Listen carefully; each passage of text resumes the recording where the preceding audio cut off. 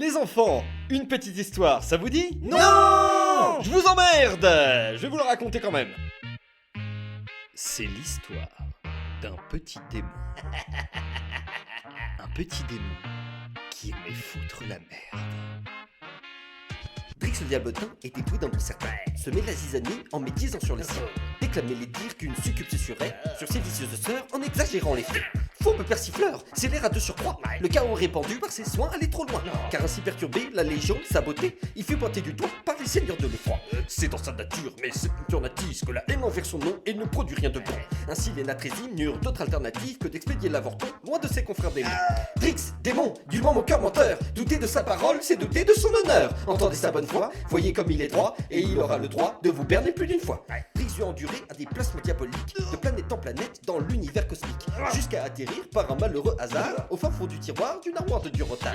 Sortant sa tête sortie de ses cornes reconnaissables, il fut accueilli par un cri aigu effroyable, celui du gobelin qui constate et stupéfaite qu'un suppôt de Satan infestait ses sous-vêtements. Sarah la gobelin, commerçante venue du sud, vit en cet intrus un coup du sort bienvenu, car même si cette peste savait gérer son business, la concurrence en face l'empêchait de faire surface. Drix, démon, du mon cœur menteur, douter de sa parole, c'est douter de son honneur. Entendez sa bonne foi, voyez comme il est droit, et il aura le droit de vous berner plus d'une fois. Il conclura un pacte compacté dans un papier, stipulant que Sarah n'aurait plus à se soucier d'éventuelles menaces pour ses affaires fructifier, tant que ce cher Drix pourrait foutre son merdier. Ainsi le diablotin usa de son talent, invocateur mytho, charlatan niveau 100, développant des tensions entre une trentaine de marchands et montant même les voisins contre leurs propres enfants. Finalement Sarah sut se troyer le succès, saisit toutes les ressources et sur place à ses aidés. La victoire obtenue, il était hors de question que Drix apprenne pour si et fasse usage de son temps. Quoi? Drix, démon, du mon cœur menteur, douter de sa parole, c'est douter de son honneur. Entendez sa bonne foi, voyez comme il est droit, et il aura le droit de vous berner plus d'une fois.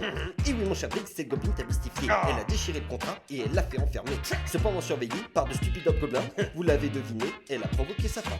Ces deux gros benets ne furent pas durs à berner, quand Drix leur confirma qu'il serait bientôt licencié, sans indemnité, sans obtenir leur congé, et en quelques arguments, Drix créa une CGT.